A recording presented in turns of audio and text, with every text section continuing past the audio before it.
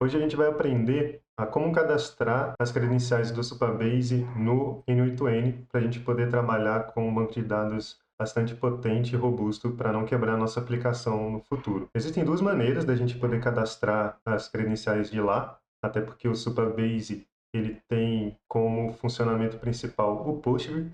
Então, eu vou estar ensinando essas duas formas aqui para que a gente possa escolher qual é a melhor diante do nosso caso. O primeiro passo é a gente criar um projeto aqui no site do Supabase. Então, eu vou clicar em New Project. A gente vai precisar escolher o nome de um projeto. Eu vou colocar aqui como Projeto YouTube. Vamos definir uma senha para esse projeto e a gente vai precisar muito dessa senha no futuro, então não esqueçam. Pronto, coloquei uma senha. A gente vai escolher a região aqui de América do Sul, São Paulo. Então, a gente vai clicar em Criar novo projeto. A partir disso, a gente vai ser direcionado para uma tela inicial aqui do Supabase relativo ao nosso projeto e vai começar a primeira maneira da gente cadastrar essa credencial. Se a gente vier aqui em Configurações do projeto, a gente vai ter aqui o campo de Data API.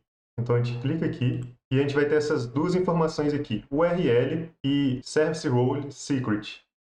Como é que a gente vai usar essas informações? Se a gente vier aqui no Supabase, adicionar um nó e procurar por Supabase, a gente vai ter essas informações, de modo que se a gente, por exemplo, quiser criar uma nova linha em uma tabela, a gente vai aparecer as nossas credenciais aqui. Então, eu vou clicar em Criar nova credencial. Percebam que vai aparecer para a gente preencher o host e o Service Role Secret. Então, basta que a gente copie a URL, coloque ela aqui e o Service Role Secret também. Vem aqui e cola e salva. Ele vai testar e tem que aparecer essa informação aqui, conexão testada com sucesso. A partir disso, a gente consegue, então, criar uma linha na tabela que a gente tenha escolhido.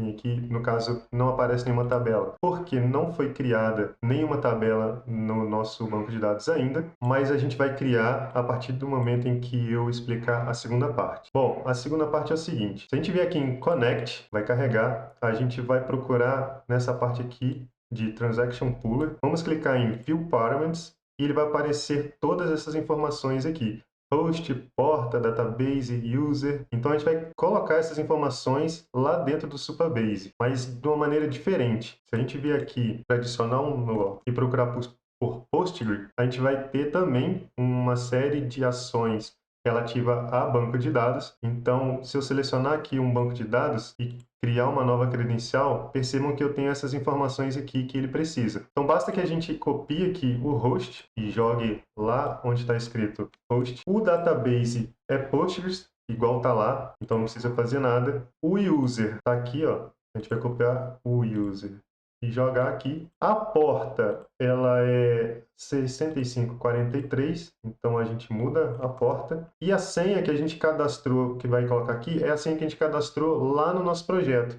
Então, eu vou colocar a senha aqui e, da mesma maneira, eu vou clicar em salvar. Ele vai testar e também tem que aparecer conexão testada com sucesso. Bom, a partir disso, a gente já está habilitado a usar o nosso banco de dados dessas duas maneiras. Então, se eu vier aqui no nosso banco de dados e criar uma nova tabela, então vamos chamar essa tabela de usuário, e vamos criar aqui uma coluna de nome do usuário, nome usuário. Então, vamos deixar só nome. Aqui a gente precisa selecionar qual é o tipo dessa coluna. Como vai ser um texto curto, a gente normalmente usa esse campo aqui de varchar. E aqui a gente vai colocar qual é o valor padrão. No caso, eu vou deixar aqui o valor padrão nulo. Também quero adicionar um campo de telefone. A gente vem aqui e a gente pode escolher qual desses a gente vai querer. E para o número de telefone, a gente pode colocar aqui o numeric. Vamos colocar o numeric. Feito isso, se a gente clicar aqui em salvar, ele vai dizer que está criando a tabela, adicionando as colunas, e em seguida vai dizer que vai estar pronto para ser usado. Vamos aguardar só um minutinho.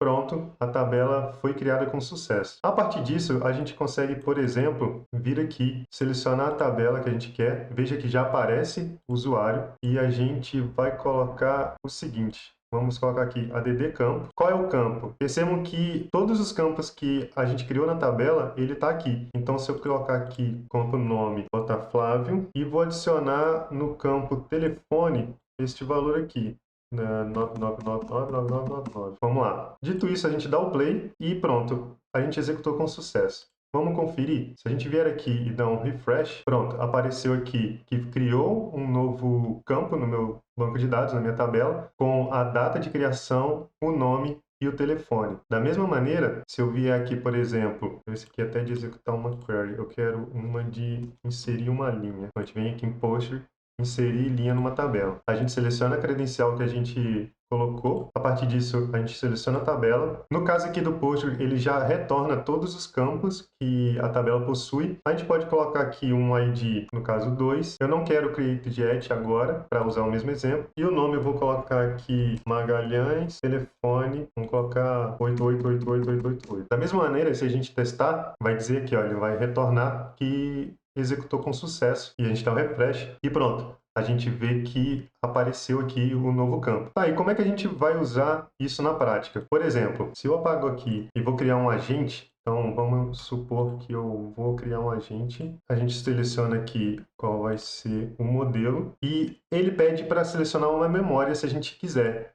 A gente pode, por exemplo, usar o Redis, ele é uma opção, mas eu não gosto muito de utilizar, eu prefiro usar o Postgre. Então, por isso que a gente, por exemplo, cadastrou ele tanto no a credencial do Supabase quanto no Postgre, porque aqui em memória não tem Supabase, então a gente precisa usar o Postgre. Então a gente seleciona Postgre, seleciona qual foi a credencial que a gente quer que utilize e a gente vai colocar aqui que o Session ID a gente vai definir como só para exemplo. Dito isso, deixa eu deletar esse node aqui, a gente consegue usar. Então, se eu digitar olá, tudo bem? Ele vai acionar aqui o agente e vai me responder. Olá, tudo bem e você? Como posso ajudar hoje? Tá, mas para que serviu a memória? Se a gente vier aqui no campo Postgre, perceba que o nome da tabela que está escrito aqui por padrão, e eu não mudei isso, mas sim, se a gente quiser, a gente pode, tá? N8N Chat History. Então, se a gente vier aqui, a gente vai ter que ter essa tabela criada. E perceba que ele cria automaticamente. E o que ele armazena aqui? A gente armazena o Session ID, que foi que eu defini aqui como mas eu posso, por exemplo, colocar o número do telefone da pessoa que está falando. Então, ele vai armazenar, por exemplo, se eu colocar aqui um campo só para a gente simular um número de telefone vindo de um usuário, telefone vai ser 21. Aí agora eu consigo executar esse campo aqui. Aqui eu consigo mudar, a gente clica aqui em expressão e joga aqui o telefone. Agora, o telefone que veio daqui é o que ele vai armazenar lá. Vamos testar? Se eu vier aqui em testar e repetir a pergunta. Olá, tudo bem? Opa. Olá, vamos até mudar. Como vai? Então, ele vai aqui... tá. Eu preciso selecionar aqui de novo o prompt, que agora não veio do campo anterior. Então, a gente salva. Vamos repetir aqui. Olá, como vai? Pronto. Ele vai me responder, olá, estou aqui para ajudar, como posso assisti-lo hoje? Se a gente vier aqui na tabela, perceba que o número mudou. Foi o que eu defini simulando o número de telefone. E ele coloca a minha mensagem, olá, como vai, vindo de um humano, e olá, estou aqui para ajudá-lo, vindo do AI, que é o nosso agente. Agora a gente consegue usar isso aqui, por exemplo, colocar aqui, vamos botar ele aqui antes da conversa, um campo do Supabase para a gente criar uma linha. Vamos vir aqui, unir, né? E colocar que eu quero criar na tabela usuário. Definir abaixo. Eu quero o campo nome e o campo telefone. Para isso a gente vai aqui adicionar o nome. botar aqui Flávio Magalhães. Vou até tirar aqui para agilizar. Vamos colocar ele aqui. Não, vamos deixar ele aqui. Vamos rodar esse chat. Oi. A gente roda aqui manualmente, só para a gente poder cadastrar quais são os valores. Então, eu quero que o nome venha daqui, o telefone venha daqui e ok. Agora a gente salva. Vamos testar. Olá, como vai? O esperado é que ele tenha me respondido. Olá, estou bem, obrigado. E você como está? E tenha surgido um novo campo aqui. Pronto. ID 4, Flávio Magalhães e o número que eu coloquei. Agora a gente consegue trabalhar com o que a gente quiser no nosso projeto, armazenando dado do cliente, colocando dado de peça, de material, ou seja, de qualquer coisa que a gente precise armazenar no banco de dados, a gente já tem essa capacidade, porque a gente já está cadastrando um banco de dados que comporta todo esse tipo de questão. Então agora é só a gente começar a trabalhar o nosso projeto e para a próxima aula eu vou continuar aqui explicando um pouco mais. E se você tiver interesse em saber como cadastrar o N8N certinho para poder começar a trabalhar, eu vou deixar aqui no link o vídeo anterior, que é ensinando como colocar o N8N através do EasyPainion na DigitalOcean. Então por isso é só, muito obrigado pela atenção de vocês e até a próxima.